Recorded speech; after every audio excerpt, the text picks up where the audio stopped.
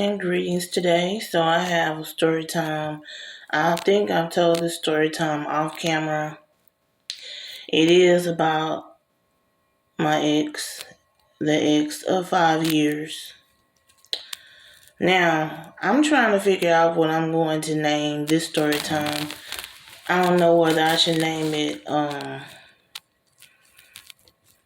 I wish I knew how feminine or how many feminine ways this man had that I was in a relationship with, because not only that I felt like he had feminine ways was because of the fact that he really enjoyed the movie Brokeback Mountain about two men in the desert laying up with each other. And then once I went to sleep, watched the movie over and over again. But because he had two of my female neighbors who he was cool with. I didn't even know he was cool with them until I moved. Once I moved, because he was not around when I moved. He knew I was moving and he was upset with me because he wanted to move with me. But I had to let him know that he was not going to continue living with me. It was just too many things that he put me through. So one day, I'm going to say like a month after I moved from the north side, and I'm on the southwest side now. After a month after I moved, I get a phone call, and it's a female. Both of these females, who was my neighbors on the north side of Houston in Acres Home, was on the phone talking about, oh, your ex-boyfriend, your boyfriend, he's looking for you. And then he was in the background saying something. And I said, okay, he looking for me. And she was like, well, he told me to call your number so he can talk to you. I said, I don't want to talk to him. And then the other chick, who was my neighbor, got on the phone and said, he said that you thought me and him was going with each other or laying up with each other. I ain't never did nothing with your man. All I ever done was gave him a beer. And I said, okay, all you ever done was gave him a beer, and he lied about that. I said, I don't really care whatever it was that y'all had going on behind my back. He lied about it, and now you getting on the phone trying to justify that all you ever did was give him a beer. I don't really care. And so the other lady got on the phone talking about, you want to talk to him? He's sitting right here in front of us. I said, no, it's over between me and him. I do not want to talk to him. And then they're going to repeat what I said and tell him that it's over with. I just hung up the phone. Apparently, I was on three-way with all of them. I hung up the phone because I felt like, okay, why are you trying to intimidate me with females who you know I didn't really mess with like that, who I was not friends with, who lived next door to me when I was staying over there on the north side of Houston? And then, on top of that, he starts messaging my sibling on Facebook and telling my sibling that he don't know why I moved without telling him. I sent him mixed signals because I had sex with him before I broke up with him. And I cooked him a meal, which, even though that was probably true, but what you going back and telling my sibling that for?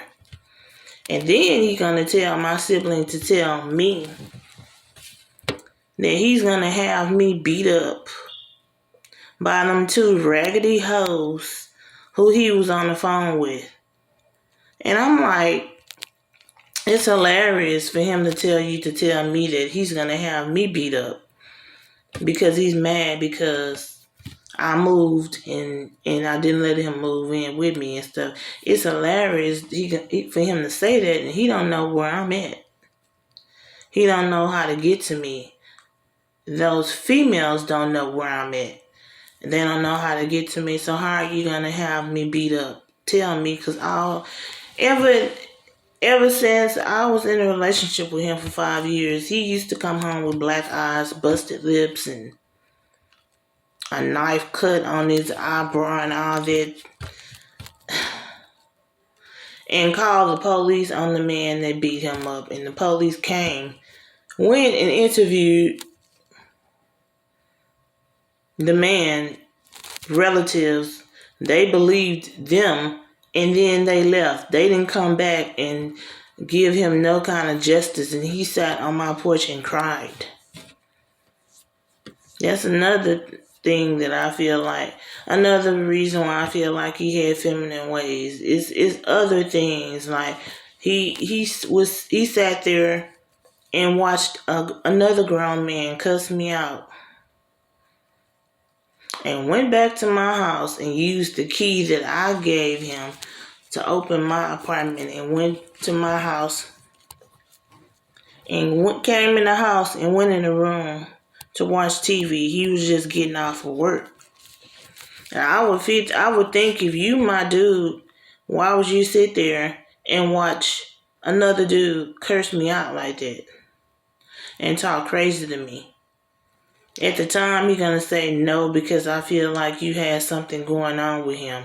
You probably was laying up with him. That's why he talked to you like that. I said, get your shit and get out of my house now. When I say that, he going to get up, jump up. He said, I'm going to go talk to that man. I'm like, you talking to him is not going to change my mind. He went to go talk to the dude.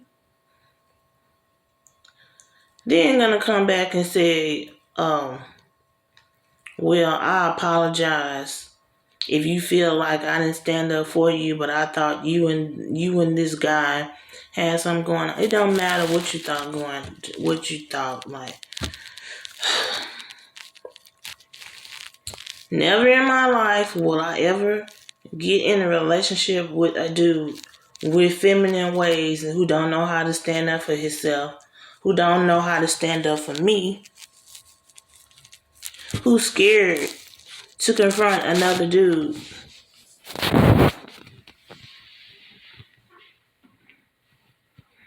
Remember, one night he had me to ride with him to take a dude home because he was scared of this dude. And this dude sitting up there calling him all kind of bitches and stuff in front of me, all the way until he dropped the dude off in the dude apartment complex. It's like, I told him, I don't know what you thought you trying to prove by having me ride with you, but don't you be putting my life in danger because you scared of somebody else. But now I realize why he had me to ride with him.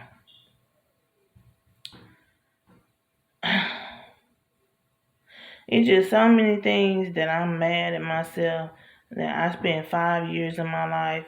So many times I wanted to cheat and had to wait till he got locked up to cheat, and I did, and I enjoyed myself, and cheated when he got out of jail too.